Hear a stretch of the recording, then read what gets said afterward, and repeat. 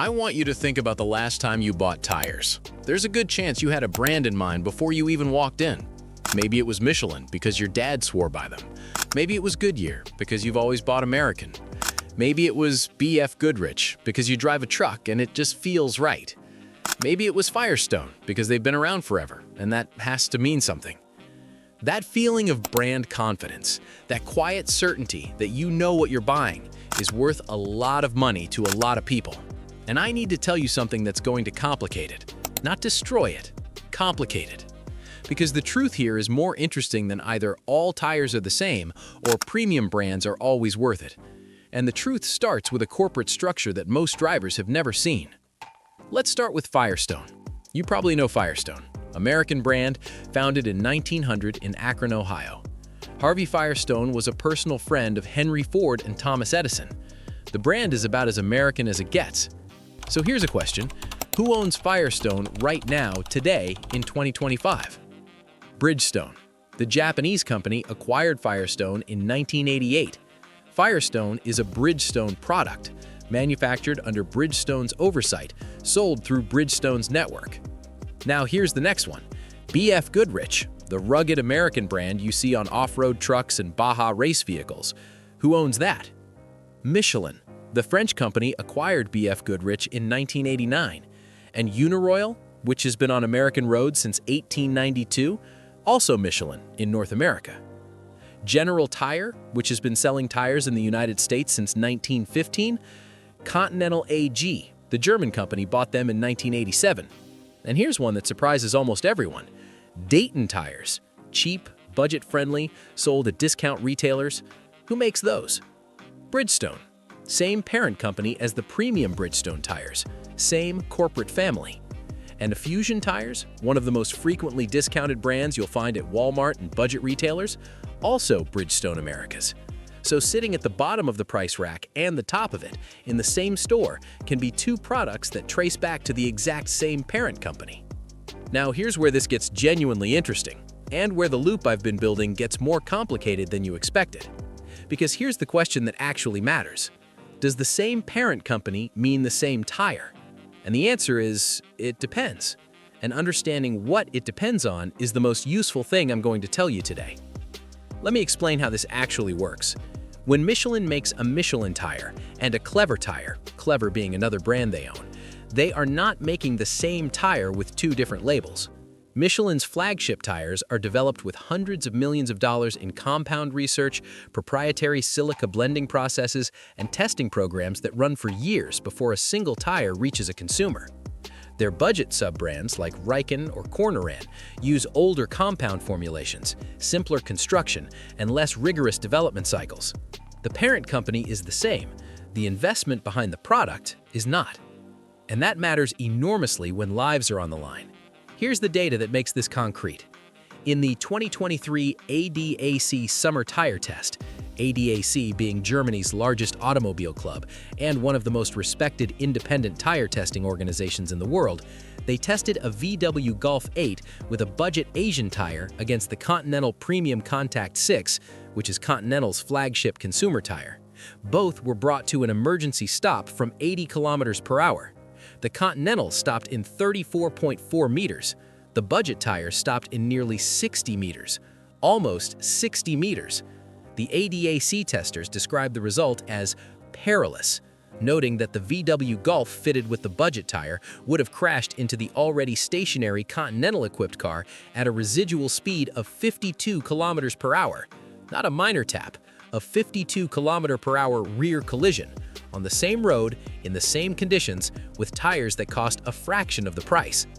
And this wasn't a single outlier result. Point S, the world's largest independent tire dealer network, commissioned their own independent testing in October 2023 using a VW Golf GTD with 11 tires across 3 price tiers: premium, mid-range, and budget. The results from TÜV SÜD, one of Europe's most credible product testing organizations, showed that budget tires required 4.47 meters of additional stopping distance compared to premium tires in wet braking from 80 kilometers per hour. To put that in human terms, 4.47 meters is the length of a large SUV, or, as the Point S report noted, a fully grown female giraffe. The car was still moving at speed when it crossed the point where the premium tire had already stopped. Every single time. So now here is the question that's been building since the first sentence. What exactly are you paying for when you choose a premium brand? Is it engineering? Is it the logo? Is it history? Is it all of those? Or none of them? Here's the honest answer, and it's more nuanced than either the tire industry or the budget tire advocates will tell you. The premium brands, Michelin, Continental, Bridgestone flagship products, Goodyear's top tier, invest in compound development that genuinely produces measurable safety outcomes. The ADAC and Point S test data is not marketing material, it's independent testing. The wet braking gap between the best and worst tire in the 2024 ADAC summer tire test was 18.8%. In meters, on real roads, at real speeds, that difference is whether you stop before the car in front of you or not. But, and this is the part the premium brands don't advertise, the gap between premium and mid-tier tires is much smaller than the gap between premium and true budget. The 2024 ADAC test showed that mid-tier tires from brands like Kumho and Hankook performed competitively with premium options in multiple categories. Kumho actually won the treadwear category in the 2024 ADAC summer test, beating Michelin, Continental, and Goodyear for tire longevity. Not a budget tire, not a cheap gamble. A well-engineered mid-tier product that beat the famous names in one of the most rigorous independent tests in the world.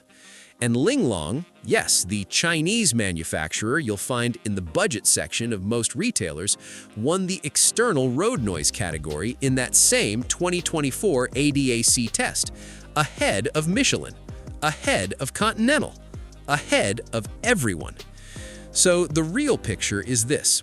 At the top of the market, the premium brands earn their price through compound engineering and safety performance that independent testing consistently validates. In the middle of the market, the gap has narrowed dramatically in the past decade, and brands like Kumho, Hankook, and Yokohama offer competitive performance at significantly lower prices. At the bottom of the market, the true no-name, unbranded, budget-tier products, the ADAC data is unambiguous. The wet braking performance gap is not a marketing difference. It is a physics difference, a distance difference, a stopping before the crash difference. And here's the most important thing to carry with you from this. The tire brand on the sidewall is not always the story. General Tire and Continental share a parent company. Firestone and Bridgestone share a parent company. Churchill tires, sold as a budget brand in the UK, are manufactured in Silence factories. Private label tires sold under retailer names at Discount Tire, Costco, and big box stores are frequently produced by established manufacturers under contract, often using nearly identical compounds to their branded equivalents. What tells you more than the name on the sidewall is the ADAC test result for that specific model, the tire rack survey data for that specific product, the Point S independent test tier that specific tire fell into. The name on the logo is a starting point for research. It is not a substitute for it. You have been trusting a name. From now on, trust the test data. They are not the same thing. And the difference between them, measured in meters on a wet road at the moment that actually matters, is not small. One more thing. The next time you're at a tire shop and they offer you a choice between two brands at very different prices, there's a specific question to ask them. One question that no salesperson who actually knows the answer will be able to dodge. Ask them what the UTQG treadwear rating is and what the ADAC or tire rack test score is for each option. The ones who go quiet are the ones who know the answer isn't what they want to tell you.